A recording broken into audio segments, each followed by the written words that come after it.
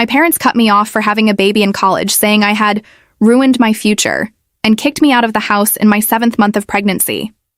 My younger brother Jake, who was always the favorite, secretly took me into his apartment and helped me with everything while I raised my son alone. I remember that night, Christmas dinner at the country club, 7 years later. My mother stood at the podium, champagne glass raised, her diamond bracelet catching the light as she announced Jake's engagement to Victoria Chen, daughter of the Chen technology empire. The room erupted in applause. My mother's eyes found mine across the room, and her smile turned razor sharp. "Of course, not all my children made choices I'm proud of," she said, her voice carrying over the clinking glasses. "But at least one turned out successful." The room went silent.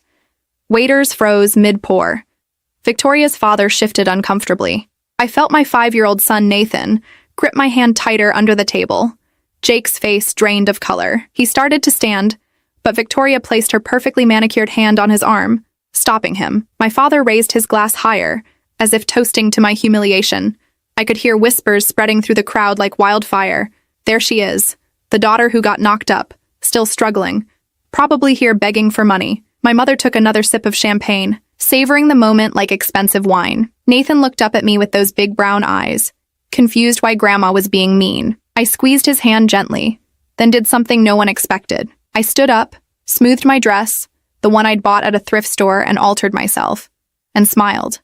Not a sad smile, not an embarrassed smile, a knowing smile. "Thank you, Mother, for that touching speech," I said, my voice steady and clear. The room's attention snapped to me. "I appreciate you reminding everyone here about the choices I made." I reached into my purse and pulled out a manila envelope, holding it up for everyone to see. "Since we're sharing family news tonight, I have an announcement, too." My mother's face twitched, just barely, but I caught it. That flicker of uncertainty. Jake was staring at me now, his expression unreadable. I walked toward the podium, heels clicking against the marble floor, every eye in that room following me. My mother's fingers tightened around her champagne flute. She had no idea what was coming. None of them did. Because while they'd spent 7 years treating me like the family embarrassment, I'd been building something they never saw. And tonight, in front of their precious social circle, they were about to find out exactly what their discarded daughter had become. I placed the envelope on the podium next to my mother's champagne glass. Her perfectly applied lipstick couldn't hide the tightness in her jaw. "What is this?" she hissed under her breath, but her microphone was still on. Everyone heard the edge in her voice. "Just some documents," I said calmly. "Nothing to worry about." I turned to face the crowd. 7 years ago, my parents made it very clear that I was no longer part of this family. They cut me off, kicked me out while I was 7 months pregnant, and told everyone I'd ruined my life. I paused, letting that sink in. What they didn't tell you was that my brother Jake defied them. He took me in, helped me with Nathan, paid for my medical bills, and never asked for anything in return. Jake's eyes widened. Victoria's grip on his arm loosened slightly. My father stood up from his seat, his face reddening.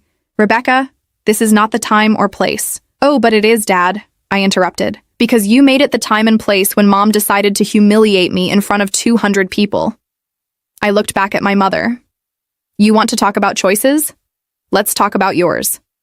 The room was dead silent now. Even the waiters had stopped pretending to work. Nathan sat at our table watching me with complete trust. That little boy had given me strength when I had nothing else. When Jake started helping me, he asked you both for one thing. Just to acknowledge Nathan as your grandson.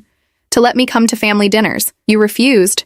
You told him if he continued supporting me, you'd write him out of the will. I pulled out my phone and held it up.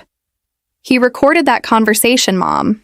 Would you like me to play it?" My mother's face went white. "You're blaming us for your mistakes?" "I'm not done," I said, my voice cutting through hers like a knife. "Jake chose me anyway. He helped me finish my degree while working full-time. He babysat Nathan while I studied for the bar exam. Yes, the bar exam. I'm an attorney now, Mother, specialized in family law and corporate litigation." Murmurs rippled through the crowd. Mrs. Patterson, one of my mother's closest friends, leaned forward in her seat. Mr. Chen, Victoria's father, was watching me with undisguised interest now. "But here's where it gets interesting," I continued. 3 years ago, Jake came to me with a problem. He'd discovered something about the family business, Morrison Real Estate Holdings, something that kept him up at night. I opened the envelope and pulled out the first document. He found out that Dad had been using company funds to pay off a mistress. Not just any mistress, his paralegal, Diane Foster, for 12 years. The room exploded. My father lunged toward the podium, but Jake stood up, blocking his path. "It's true, Dad," Jake said quietly. "I found the bank transfers. The apartment you bought her in the city. Everything." My mother's champagne glass slipped from her fingers, shattering on the floor. She stood frozen, staring at my father with an expression I'd never seen before. Pure, unadulterated betrayal. "Wait, there's more," I said, pulling out another document. "Mom, remember how you always bragged about your charity work? The Morrison Foundation for Underprivileged Youth? Turns out you've been skimming donations. $247,000 over the past 6 years, funneled into your personal shopping accounts." My mother's mouth opened and closed like a fish. That's a lie. You fabricated those documents." "Actually, they're from your accountant, Harold Chen," I said, looking directly at Mr. Chen. "Yes, Victoria's uncle. He came to me 6 months ago with concerns about the foundation's books. He's been cooperating with the IRS investigation ever since." Mr. Chen's face hardened. He stood up slowly, his eyes locked on my parents. "Is this true, Richard? Patricia?" My father couldn't meet his gaze. My mother grabbed the podium for support. "The IRS will be filing charges next week," I continued. "Tax fraud, embezzlement, and several other charges I won't bore everyone with tonight. The Morrison Foundation is being dissolved, and all assets are being seized. Your accountant has already testified against you in exchange for immunity." Victoria stood up, her face pale. "Mr. Chen, I had no idea." "We need to leave," Mr. Chen said firmly, taking his daughter's arm. "Jake, I suggest you distance yourself from this situation immediately." Jake looked at me, then at Victoria, then at our parents. "I already have, sir. 3 months ago, I transferred all my assets out of the family accounts. Rebecca helped me set up my own business, Morrison Independent Consulting. It's doing very well." My mother finally found her voice. "You ungrateful little, after everything we've done for you." "Everything you've done?" I said, my voice rising for the first time. "You threw your pregnant daughter out on the street. You told Jake you'd disown him for helping me. You spent 7 years pretending Nathan didn't exist." I walked back to our table and put my hand on Nathan's shoulder. "This little boy is brilliant. He reads at a 3rd grade level already. He's kind, funny, and resilient. And you've missed every single moment of his life because you were too concerned with your reputation." Nathan looked up at me, then at his grandparents. "Mommy, why is Grandma crying?" "Because she's realizing what she lost, baby," I said softly. My father stepped forward, his face a mask of rage. "You planned this. You orchestrated this entire thing to destroy us." "No, Dad," I said. "You destroyed yourselves. I just documented it. I gathered up the papers and put them back in the envelope. Jake will be testifying at your trial. So will I. And so will Uncle Harold, Diane Foster, and about 15 other people who are tired of covering for you." The guests were already standing up, gathering their coats, whispering frantically to each other. My parents' social circle was disintegrating before their eyes. Mrs. Patterson walked past without making eye contact. The Johnsons practically ran for the exit. Even the club manager appeared, looking uncomfortable. "Mr. and Mrs. Morrison," he said quietly, "I'm going to have to ask you to settle your account tonight. The club's board has decided to suspend your membership pending the outcome of these allegations." My mother collapsed into a chair, her carefully constructed world crumbling around her. My father just stood there, staring at me with something between hatred and disbelief. Jake walked over and stood beside me. "We should go," he said quietly. I nodded. I picked up Nathan, who wrapped his arms around my neck. As we walked toward the exit, I stopped next to my mother one last time. "You were right about one thing, Mom. I did make a choice 7 years ago. I chose to keep my son and build a life without you. That was the best decision I ever made." We left the country club to the sound of my mother's sobs and the flash of camera phones capturing the Morrison family's spectacular downfall. As we stepped into the cold December air, Jake squeezed my shoulder. "Are you okay?" he asked. I looked down at Nathan, then at my brother, the only family member who'd ever truly mattered. "I'm perfect," I said. And for the first time in 7 years, I meant it. The news hit social media before we even made it to Jake's car. My phone buzzed incessantly with notifications, screenshots of my parents' faces, videos of my mother's microphone catching her breakdown, Think pieces about nepotism and family wealth already being drafted by local journalists. Nathan had fallen asleep against my shoulder, exhausted from the drama he didn't fully understand. "They're going to come after you," Jake said as he drove through the empty streets. "Dad still has connections, lawyers, friends in positions of power. Let them try," I said. The adrenaline was starting to fade, replaced by a cold, calculated satisfaction. I have 3 filing cabinets full of evidence: bank statements, emails, recorded phone calls, testimony from 12 different witnesses. Harold Chen isn't the only person who's been talking to federal investigators. Jake glanced at me in the rearview mirror. "How long have you been planning this?" "Since the day you showed me those bank transfers," I admitted. 3 years, Jake. I spent 3 years building an airtight case while going to every single one of Nathan's school events, working 60-hour weeks at the firm and pretending I'd moved on. I stroked Nathan's hair gently. They thought I was too busy surviving to pay attention. That was their first mistake. We pulled up to Jake's apartment building, the same one where he'd hidden me all those years ago. It looked different now. Smaller, somehow. I'd spent so many nights here, crying on his couch while Nathan slept in a bassinet made from a laundry basket. Jake had given up his bedroom, sleeping on that same couch for 8 months until I could afford my own place. Inside, Jake made coffee while I put Nathan to bed in the guest room. When I came back out, he was sitting at the kitchen table staring at his phone. "Victoria texted," he said quietly. "She wants to postpone the wedding. Her father's furious." "I'm sorry," I said, and I meant it. Jake had been genuinely happy with Victoria. He shook his head. "Don't be. If she can't handle this, then she's not the person I thought she was." He looked up at me. Her text said, "I can't be associated with this scandal. Not 'Are you okay?' or 'What can I do to help?' Just concern about her reputation." I sat down across from him. "You deserve better than that." "Yeah," he said with a hollow laugh. "Guess it runs in the family. Caring more about appearance than actual people." He rubbed his face. "God, Becca, when did they become such monsters?" "They always were," I said softly. "We just couldn't see it because we were on the inside. The golden children, remember? You were the son who'd take over the business. I was the daughter who'd marry well and produce perfect grandchildren at the socially appropriate time." I took a sip of coffee. I deviated from the script. That made me expendable. My phone rang. Unknown number.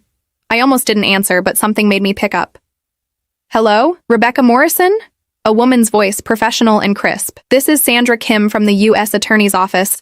I apologize for calling so late, but we've been monitoring the situation.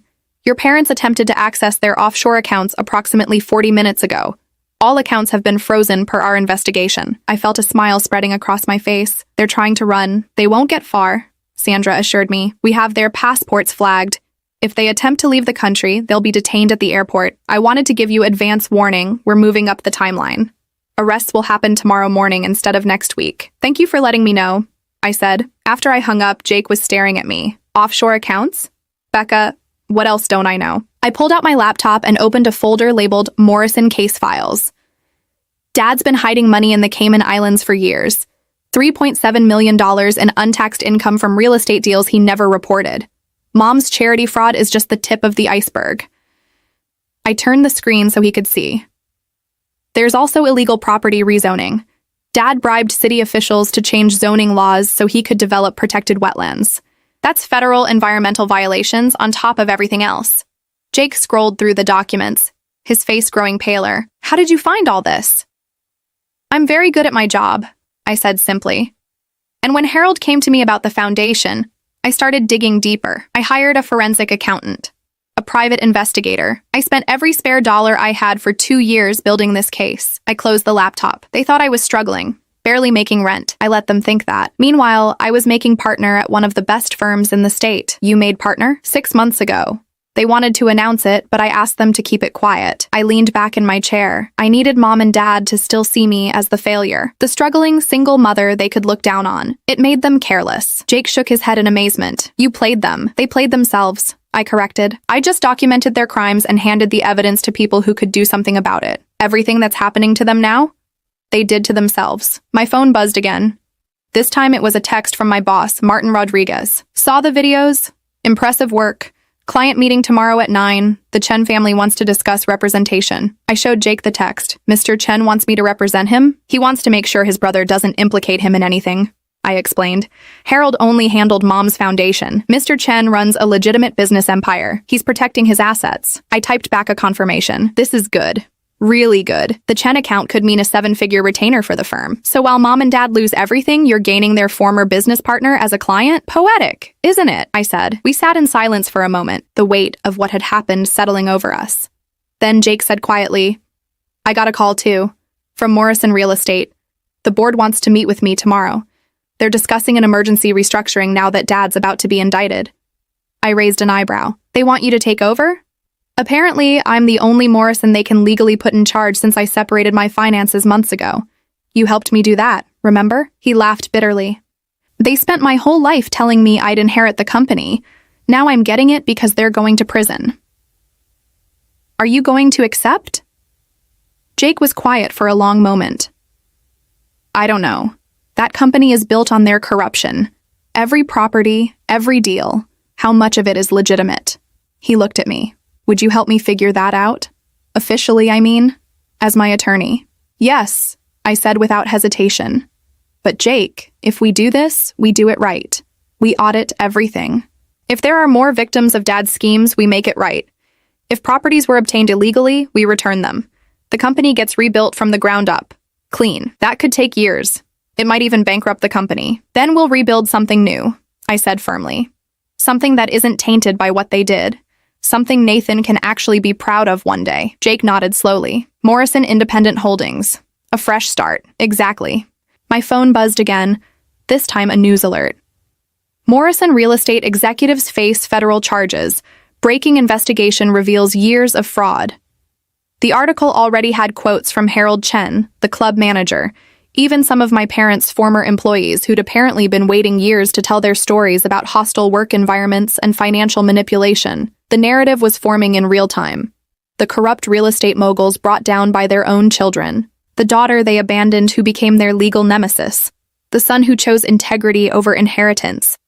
It was already being called the Morrison scandal on Twitter, with hashtags trending nationwide. They're going to hate us forever, Jake said, reading over my shoulder. They already did, I reminded him. The only difference now is that everyone else knows why. I stood up and walked to the window, looking out at the city lights. Somewhere out there, my parents were probably still at the country club, or maybe they'd gone home to their mansion, the one that would be seized by federal marshals in less than 12 hours. I wondered if they were finally talking to each other honestly, or if they were already turning on each other, each trying to save themselves. I didn't feel guilty. I didn't feel conflicted. I felt calm, clear, justified. Becca? Jake's voice brought me back. Are you sure you're okay? This is still our parents. Despite everything, they stopped being my parents the day they threw me out, I said, turning to face him. They stopped being your parents every time they threatened you for helping me. We don't owe them anything. Not loyalty, not mercy, not silence. Jake nodded, but I could see the struggle in his eyes. He'd always been softer than me, more hopeful that they'd change. I just keep thinking about when we were kids, Dad teaching me to ride a bike, Mom making pancakes on Sunday mornings. They weren't always like this. Yes, they were, I said gently. We just didn't see it because it wasn't directed at us yet, but I guarantee there were other people they hurt along the way. Other people they looked down on, stepped on, destroyed. We were just protected because we were theirs. I walked back to the table and squeezed his shoulder. Now we're choosing to protect the people they hurt instead. That's who we are now. He covered my hand with his. When did you get so strong? When I had to be, I said. When it was either collapse or survive. And Nathan needed me to survive. I glanced toward the guest room where my son slept peacefully. Every time they refused to acknowledge him, every Christmas they didn't invite us to, every family photo he wasn't in, that made me stronger, harder, more determined. They created their own enemy, Jake said. Yes, I agreed. They did. The arrests happened at 6:14 in the morning. I know the exact time because Sandra Kim texted me a photo. My parents in handcuffs being led out of their mansion by federal agents. My mother wasn't wearing makeup. My father's hair was disheveled. They both looked smaller somehow, diminished without their usual armor of expensive clothes and practiced superiority. I was already at the office when the text came through. I'd been there since 4 a.m., preparing for the Chen meeting and drafting documents for Jake's transition to head of Morrison Real Estate. Nathan was at Jake's apartment with a babysitter, a trusted college student who'd been with us for 2 years. Martin knocked on my door frame. They're here. Conference room 3. Mr. Chen sat at the head of the table with Victoria and 3 other executives from Chen Technology. Victoria wouldn't meet my eyes. Her father, however, studied me with sharp intelligence. Ms. Morrison, he said, or should I say, Attorney Morrison. I believe congratulations on your partnership are in order, though you've kept that achievement remarkably quiet. Thank you, Mr. Chen. I set my briefcase down and pulled out a legal pad. I understand you have concerns about your brother's involvement with my mother's foundation. Concerns is putting it mildly, one of the executives said. Harold's testimony could implicate our entire corporation in Mr. Chen held up a hand, silencing him. My brother came to you 6 months ago, correct? Yes, sir. He discovered irregularities in the foundation's books and wanted legal advice on how to proceed. I advised him to cooperate with federal investigators in exchange for immunity. He's not being charged with any crimes. Because you protected him, Mr. Chen said. It wasn't a question. Because he did the right thing the moment he discovered wrongdoing, I corrected.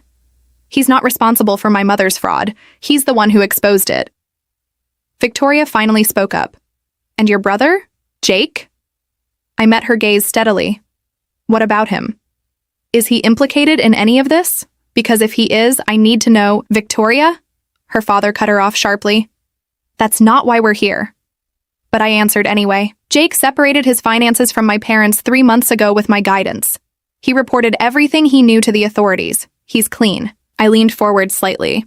The question isn't whether Jake is implicated. The question is whether you're going to stand by him or run away to protect your reputation. The room went silent. Mr. Chen's lips twitched. Not quite a smile, but close. You're direct. I appreciate that. He opened a folder and slid it across the table. Chen Technology wants to retain your firm. Specifically, you. We're expanding into real estate development and need someone who understands the industry's legal pitfalls intimately. I scanned the contract. The retainer was $250,000 annually, with additional fees for litigation. It was more than I'd made in the past 3 years combined. There's a condition, Mr. Chen continued. Your brother will be restructuring Morrison Real Estate. I want you to ensure that restructuring happens cleanly. Any properties obtained through illegal means will be dealt with appropriately. Any victims of your father's schemes will be compensated. I want Morrison Real Estate to become a legitimate partner for Chen Technology's development projects. You want me to clean up my father's mess so you can profit from it, I said bluntly. I want to ensure that Morrison Real Estate doesn't collapse and take hundreds of employees' jobs with it, Mr. Chen countered. Your father employed 263 people, Ms. Morrison. Most of them had nothing to do with his crimes. They have families, mortgages, children in college. He leaned back in his chair. I'm offering you the resources to save those jobs while still holding your parents accountable. Isn't that what you want? He was right, and he knew it. I signed the contract. After the meeting, Victoria followed me into the hallway. Rebecca, wait. I turned, my hand already on the elevator button. What? I'm sorry, she said quietly. About last night, the text I sent Jake. That was my panic talking, not my heart. Your panic or your father's PR team? She flinched. Both, probably. But I've been thinking about it all night. Jake told me everything. About helping you 7 years ago, about your parents threatening to disown him. He gave up everything for you and your son. She twisted her engagement ring nervously. I want to be the kind of person who would do that, who would choose right over easy. Then be that person, I said.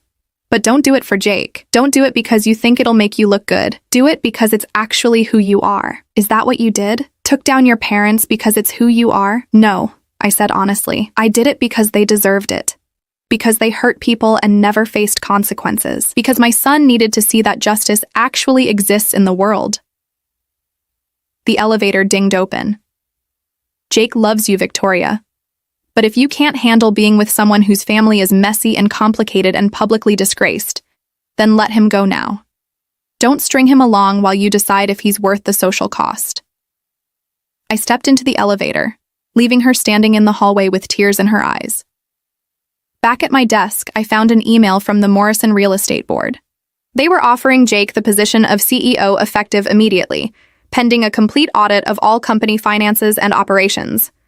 My phone would be ringing any minute with Jake asking for advice. It rang, but it wasn't Jake. Rebecca Morrison, a man's voice I didn't recognize. This is Detective Marcus Webb with the City Police Fraud Division. We've been reviewing your parents' case file and found something interesting. A property your father developed 8 years ago. The Riverside Luxury Apartments? I pulled up my files on my computer. What about it? The land was seized from an elderly woman named Dorothy Fletcher through eminent domain. Your father claimed it was necessary for public development, got the city council to approve it, then built luxury apartments instead of the promised community center. Detective Webb paused. Mrs. Fletcher died 3 years ago, but she has a daughter, Sarah Fletcher Ortiz. She's been trying to sue your father for years, but he's buried her in legal motions. With your help, we could actually get her justice. My fingers flew across the keyboard, pulling up every document related to Riverside. Send me everything you have. I'll contact Mrs. Fletcher Ortiz personally. You'd work against your own father? Detective Webb? I said. I'm the one who gave the U.S. Attorney's Office most of their evidence. My father stopped being my father a long time ago. He's just a criminal who happens to share my DNA. After we hung up, I sat back in my chair. The walls were closing in on my parents from every direction. Federal charges, state charges, civil lawsuits from victims I was actively helping contact. By the time this was over, they wouldn't just be broke and imprisoned. They'd be completely, utterly destroyed. My phone buzzed with a text from Jake. Board offered me CEO. What do I do? I called him. Take it.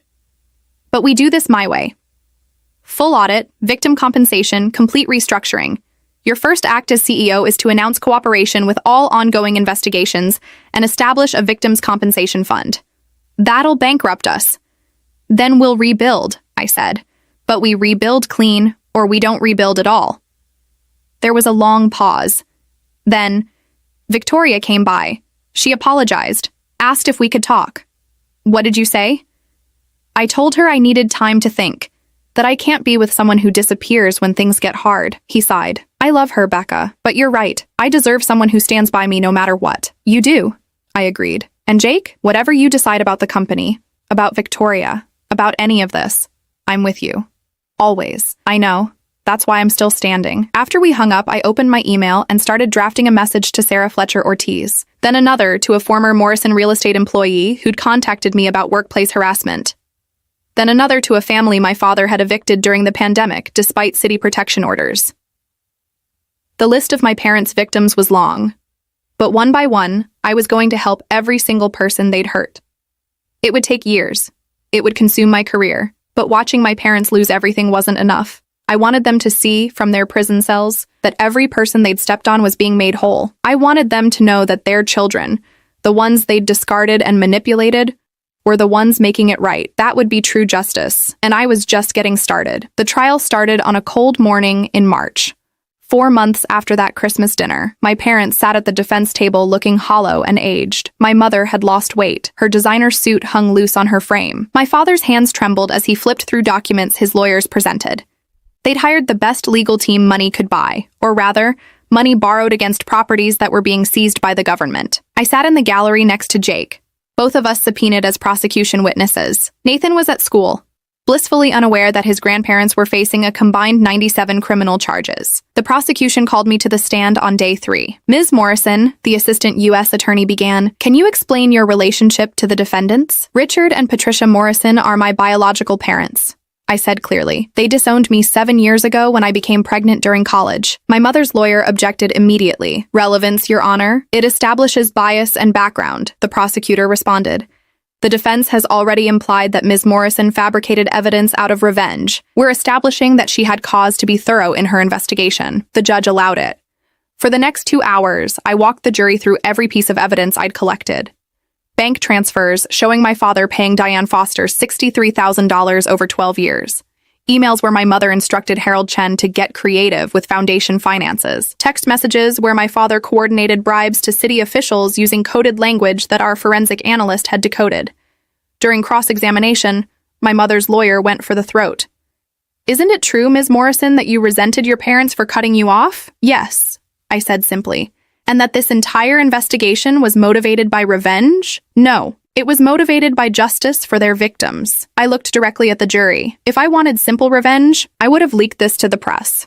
Instead, I spent 3 years building an airtight legal case and cooperating with federal investigators to ensure a proper prosecution. "You waited until Christmas dinner to expose them publicly." "I exposed them at a public event where they chose to humiliate me in front of 200 witnesses," I corrected. My timing was strategic. Their cruelty provided the platform. The lawyer tried several more angles, but I'd been preparing for this moment for years. Every answer was precise, documented, unshakable. When I stepped down, I saw my mother crying silently, but I felt nothing. Jake testified next. confirming everything I'd said and providing additional evidence about the company's financial irregularities. When my father's lawyer suggested Jake was lying to inherit the company, Jake responded with devastating calm. "I already am CEO. The board appointed me after removing my father. I gain nothing from his conviction except peace of mind that he's being held accountable." The parade of victims was relentless. Sarah Fletcher Ortiz testified about watching her elderly mother lose her home and die heartbroken. Diane Foster testified that my father had threatened to destroy her career if she ever left him. Former employees described a workplace of fear and retaliation. City officials who'd accepted bribes testified with immunity, explaining exactly how my father had corrupted the development approval process. By week 2, my parents' defense was crumbling. Their lawyers tried to claim my father's affair was irrelevant to the financial crimes, but the prosecution demonstrated it showed a pattern of deception and misuse of company funds. They tried to paint my mother's charity embezzlement as accounting errors, but Harold Chen's testimony destroyed that narrative with forensic precision. I attended every day of the trial. I wanted my parents to see me there, calm and professional, working on my laptop during breaks, often on cases helping their victims file civil suits. Sometimes Nathan's drawings were in my briefcase, visible when I opened it. Small reminders of the grandson they'd rejected, the life they'd dismissed as worthless. The jury deliberated for 6 days. When they returned, I was in the courtroom with Jake and Nathan. I'd pulled him from school because I wanted him to see this, to understand that actions have consequences. On count 1, wire fraud, we find the defendant Richard Morrison guilty. My father's face went gray. On count 2, tax evasion, we find the defendant Richard Morrison guilty. 34 counts. 34 times the jury foreman said guilty. My father was convicted on every single charge. My mother received guilty verdicts on 22 of her 23 counts. The jury couldn't reach consensus on one charge of obstruction, but it didn't matter. The sentencing hearing happened 3 weeks later. Sarah Fletcher Ortiz gave a victim impact statement that left half the courtroom in tears. So did 7 other victims. Jake read a statement about growing up watching his parents prioritize money over integrity and finally understanding that their love was always conditional. I didn't make a statement. I didn't need to. My work spoke for itself. The judge sentenced my father to 18 years in federal prison. My mother received 12 years. Both were ordered to pay restitution totaling $4.3 million, money they no longer had. The mansion was sold at auction. The cars were seized. My mother's jewelry collection, including that diamond bracelet she'd worn to my public humiliation, was sold to help fund the victim compensation program Jake and I had established. Morrison Real Estate was completely restructured. Jake hired a new executive team, implemented ethics training for all employees, and established an independent oversight board. We returned properties obtained through illegal means and paid settlements to 17 families my father had wronged. The company was smaller now, leaner, but legitimate. Chen Technology signed a development partnership agreement worth $12 million over 5 years. As for Diane Foster, she testified that my father had promised to leave my mother and marry her for years, but never did. She cooperated fully with prosecutors. She didn't go to prison, but her career in real estate law was over. She moved to another state to start over. 48 years old with nothing to show for 12 years of being someone's secret. My mother's charity friends abandoned her immediately. Women who'd lunched with her every week didn't return her calls from prison. The country club formally revoked their membership and removed their names from the donor wall. Social media was brutal. Think pieces about rich people who believe they're above the law, discussions about privilege and accountability, memes about the Christmas dinner takedown that went viral worldwide. But here's what gave me the most satisfaction. 3 months after their sentencing, I received a letter from my mother. It had been screened by prison officials, so I knew it was safe to open. It was 6 pages long, handwritten in shaky script. The first 4 pages were excuses. How my father had pressured her. How she'd been depressed. How the stress of maintaining their lifestyle had pushed her to make poor choices. Classic victim narrative from someone who'd spent her life stepping on actual victims. The 5th page was different. I understand now that we were wrong to cut you off. Nathan is a beautiful boy. I saw his picture in the newspaper article about Jake's charity work. He has your eyes. I laughed out loud reading that. Even now, even from prison, she couldn't just apologize. She had to make it about what she'd missed. What she'd lost. The 6th page was the kicker. Maybe when we're released, we could try to rebuild our relationship. You've always been so strong, Rebecca. I know you can find it in your heart to forgive us. Family is everything. I put the letter in my office shredder without responding. Family was everything. That's why Jake and Nathan and I had built a real one. Without them. 2 years after the trial, I stood in the lobby of Morrison Independent Holdings, the new name Jake had given the restructured company. The building was modest compared to my father's old headquarters, but it was paid for honestly. Photos lined the walls. Jake breaking ground on an affordable housing development, the executive team volunteering at a homeless shelter, Nathan at age 7 holding a giant check from the company's scholarship fund for single parents attending college. That last photo was Jake's idea. The scholarship was named after me. "You ready?" Jake asked, adjusting his tie. Today was the grand opening of Fletcher Community Center, built on the exact site where my father's Riverside luxury apartments had stood. Sarah Fletcher Ortiz had worked with us for 18 months to make her mother's dream finally happen. The apartments had been demolished, the luxury tenants relocated with generous assistance, and the property donated to the city for public use. "Almost," I said, glancing at my phone. Victoria was running late, as usual.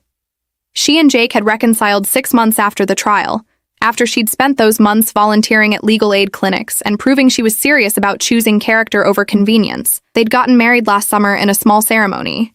Nathan had been the ring bearer. The community center was beautiful. Dorothy Fletcher's photograph hung in the main lobby next to a plaque describing how she'd fought for years to create a space where neighborhood kids could play safely. My father's name appeared nowhere in the building, but mine did, listed among the donors and board members who'd made it possible. Sarah found me before the ceremony started. "Ms. Morrison, I just wanted to thank you again. My mother would be so proud." "Call me Rebecca," I said. "And your mother should be proud of you. You never gave up fighting for her."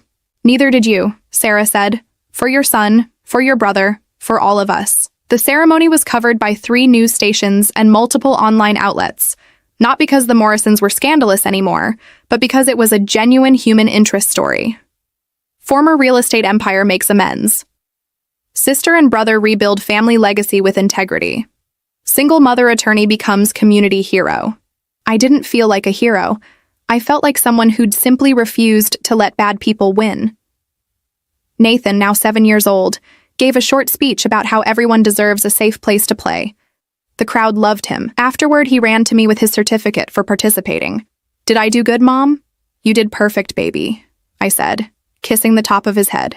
Jake joined us with Victoria. "Chen Technology just confirmed," he said. "They want to partner on the West Side development. Low-income housing with mixed retail. Should create about 300 jobs. And Chen is putting up 60% of the funding," Victoria added. "My father says you've changed the industry conversation. Other developers are watching what Morrison Independent does and following suit." That night, after Nathan was asleep, I sat in my home office, the one I'd built in the house I'd purchased with my own money, earned through my own work. My partnership had become a senior partnership. I'd argued 14 cases in the past 2 years, won 13, and built a reputation as someone who took on powerful people without fear. My mother had written 3 more times from prison. I'd shredded every letter. My father had written once, "I never meant for things to end this way. I was providing for our family." I'd sent that one back marked "Return to Sender." They'd been model prisoners, apparently, both eligible for early release after serving 2/3 of their sentences. My mother in 8 years, my father in 12. They'd be elderly by then, broken, forgotten by the social circle they'd valued so much. I felt no guilt about that. None. What I felt was satisfaction. Deep, bone-deep satisfaction. Every time I tucked Nathan into bed in our safe, stable home. Every time Jake called to celebrate another ethical business victory. Every time a victim of my parents' greed contacted me to say the compensation fund had helped them rebuild their lives. My phone buzzed with an email from the U.S. Attorney's Office. They were investigating another real estate developer for similar crimes and wanted my expertise as a consultant. The cycle continued. Bad people doing bad things, and me documenting it all with cold, precise efficiency. Some people called me ruthless. Articles had been written about whether I'd gone too far, whether destroying my parents was really justice or just revenge dressed up in legal paperwork. Online commenters debated whether I was a hero or a villain. I didn't care. Those people hadn't been 7 months pregnant and homeless. They hadn't watched their brother risk everything to help them while their parents threatened him. They hadn't spent 7 years being treated like garbage while raising a beautiful child who deserved better grandparents than the ones he'd been stuck with. The truth was simple. My parents had made choices. They'd chosen money over integrity, reputation over family, cruelty over compassion. I'd simply made sure those choices had consequences. And I'd do it again. Every single time. Last month, Nathan asked me about his grandparents. He'd seen their photos in old family albums at Jake's house. "Why don't they come visit us?" he asked innocently. I'd knelt down to his level and said, some people make bad choices that hurt other people. When that happens, they have to face consequences. Your grandparents hurt a lot of people, including me and Uncle Jake, so they're not part of our lives anymore. Did they hurt me too? He asked. They never gave themselves the chance to know you, I said. And that's their loss because you're the most amazing person I've ever met. He'd hugged me tight and said, I'm glad I have you and Uncle Jake instead.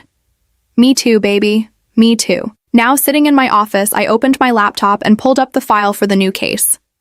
Another developer exploiting vulnerable families. Another chance to hold powerful people accountable. The work never ended. There were always more victims who needed someone to fight for them. More bad people who thought they were untouchable. They weren't. I'd proven that, and I'd keep proving it. Case after case, year after year, until Nathan grew up in a world where he understood that justice wasn't just a concept. It was something real people fought for and won. My parents had cut me off, thrown me away, treated me like a shameful secret. They'd expected me to disappear, to fail, to prove them right about me ruining my future. Instead, I'd become their worst nightmare, successful, powerful, and completely unwilling to forgive. And I'd never been happier.